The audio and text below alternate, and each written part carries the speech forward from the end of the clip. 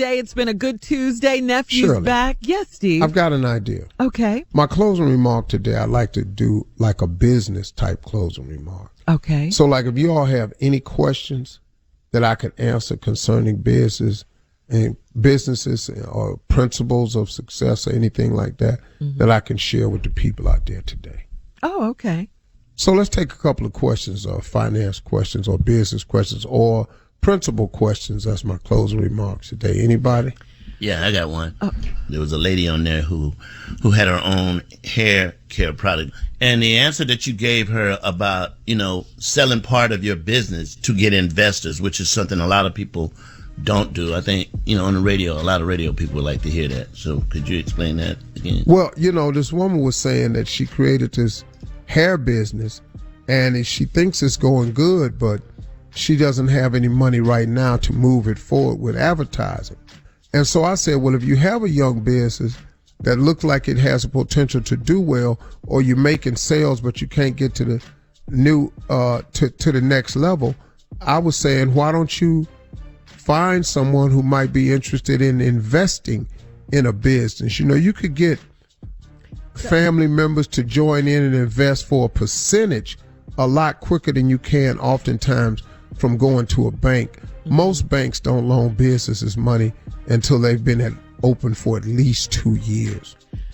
And that's the troubling part, because you got to get to the 2-year mark. So I would offer 17% of the company for a price, or 15% of the company, 12, something like that. And if you could get a lot of money that would do it for you, you can offer, 25% of your business or 33% of your business. Wow. That's always a smarter way to try it. But most people try to hang on to their company so they can say they own it. You end up owning a lot of nothing. This is like Shark Tank, Steve. I was gonna ask you, how do you find investors? But I think you kind of answered it. Well, when you got to kind of put it out there first. You got to give me a GoFundMe page, then put your stuff up, let people know about it. It could be an investor that you don't know. But some of you have uncles and aunts that are a little bit more successful than your immediate family. Have you shared with them your ideas and things like that? Listen to your nephew. I got that. I got with everybody. I got one. Okay, go ahead, Tommy. Thank you, No, I'm Steve, just saying for that. I got one.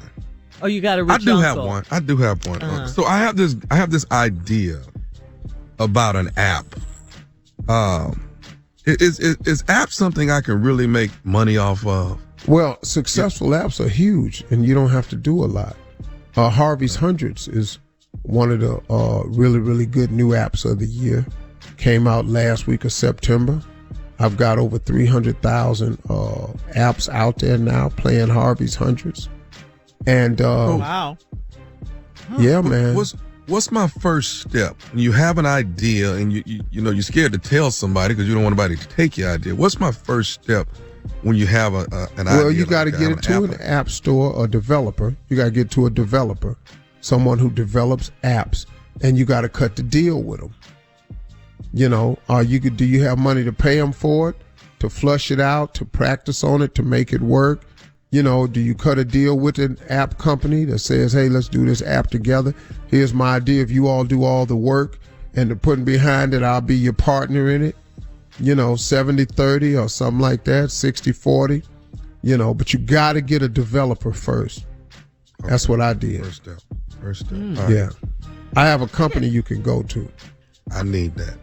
That's done. Seriously need that. Does it depend on the business, Steve, that you want to start? How much money you need to have initially to start the business with? Well, listen to me. Most businesses can be started with zero money.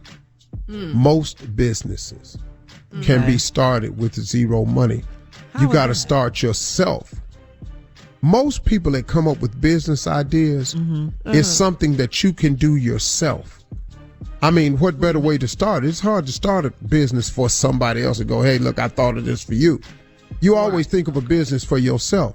So immediately, if you think this business is a good idea, it probably has something to do with something you can do that can generate money. That's usually the case. Now, Apple isn't being invented every day. Cisco's aren't being invented every day. But your idea can be invented different ways. I don't care if it's selling T-shirts online. your business idea has been done before, some way, shape, form, or fashion. Mm-hmm. So get to doing what you can do to turn some money. Don't stop thinking ideas where if you need everybody else to do something in order for you to make money. Right. You're going to be waiting a long time. You've got to do something where you could generate the money. That's the first place it starts. Yeah. But then you got to put a real doggish effort with it. And you could turn it into some real money. Everybody does something where they can make $10. So, Steve, maybe you can speak on fear holding people back. What can you say to people that are just fear afraid? is the number one cause of failure in the country today. Fear is the number one cause of failure because fear freezes you from even starting. And if you don't start, you have failed. The failure begins in the fear of it. You've got to overcome your fear. But this is what I did. I made all my dreams bigger than my fears.